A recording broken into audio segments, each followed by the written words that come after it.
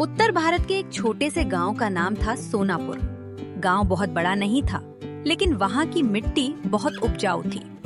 चारों ओर हरे भरे खेत, बीच में एक पुराना बरगद का पेड़ और उसके पास एक छोटा सा मंदिर। सुबह होते ही मुर्गे की आवाज से पूरा गांव जाग जाता। महिलाएं कुएं से पानी भरती, बच्चे मिट्टी में खेलते और किसान अपने बैलों के साथ खेत की ओर निकल जाते। उसी गांव में रहता था एक गरीब किसान, रामू।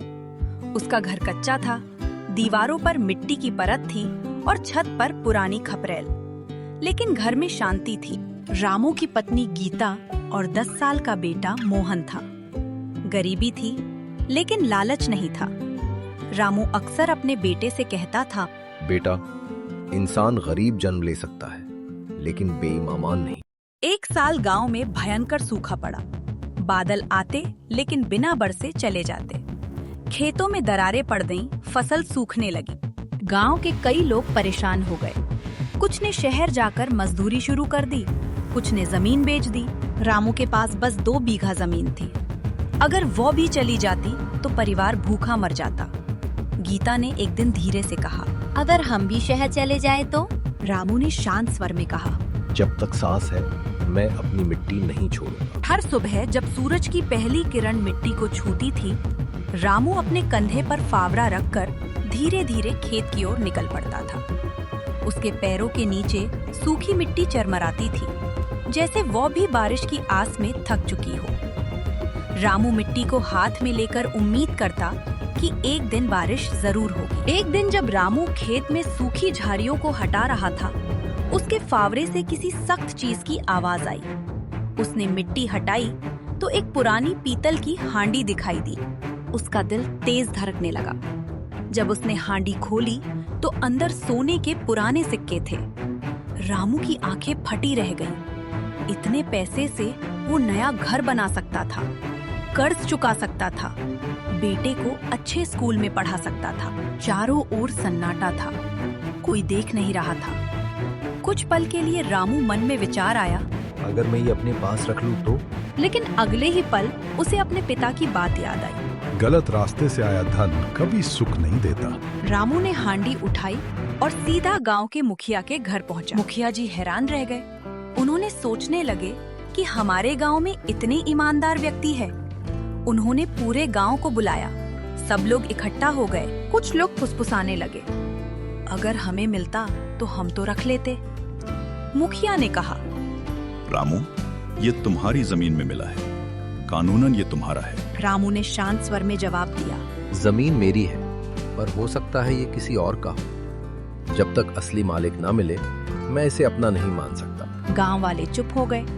उनकी नजरों में रामू की इज्जत और बढ़ गई। गांव में सिक्कों की खबर फैल चुकी थी। लोग रामू को अब अलग नजर से देखने लगे थे।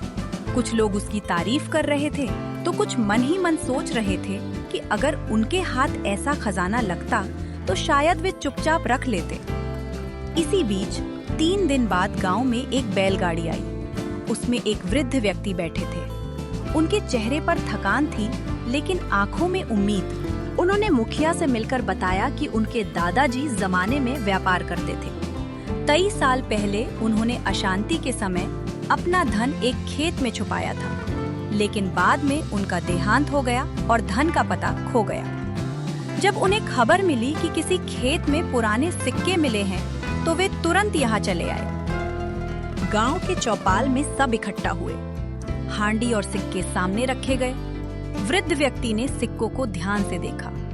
उनकी आंखें भर आईं। उन्होंने धीरे से कहा, ये वही निशान है, यही हमारे परिवार का चिन्ह था। गांव में सन्नाटा छा गया। अब सबकी निगाहें रामू पर थीं। अगर वह चाहता तो वह बहस कर सकता था, कानूनी तौर पर वह दावा कर सकता था, लेकिन उसने शांत स्वर में कहा, अगर ये आपका है तो आपको मिलना चाहिए। मुझे खुशी है कि असली मालिक मिल गया। वृद्ध व्यक्ति भावुक हो गए। उन्होंने कहा, बेटा, आज के समय में ऐसा इंसान मिलना कठिन है। तुमने धन से बड़ा सम्मान कमाया है। फिर उन्होंने एक निर्णय लिया। उन्होंने आधा धन रामू को दे दिया, इनाम के रूप में नहीं, बल्कि आशीर्वाद के रूप में, और आधा धन गांव के विकास के लिए दान कर दिया।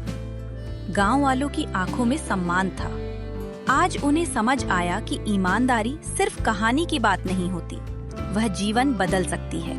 रामू ने सिक्के हाथ में लिए, लेकिन उसके चेहरे पर लालच नहीं था, उसके चेहरे पर सिर्फ संतोष था।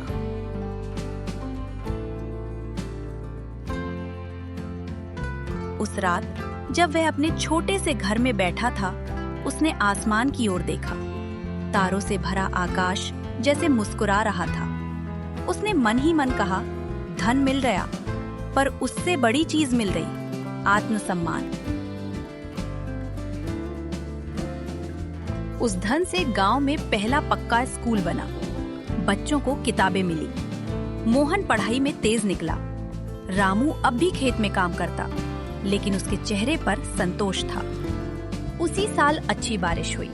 रामू की फसल सबसे ज्यादा हुई। लोग कहते थे, ईमानदारी का फल देर से मिलता है, लेकिन मीठा होता है। साल बीत गए। मोहन पढ़ लिखकर अधिकारी बन गया। एक दिन वो अपने गांव लौटा।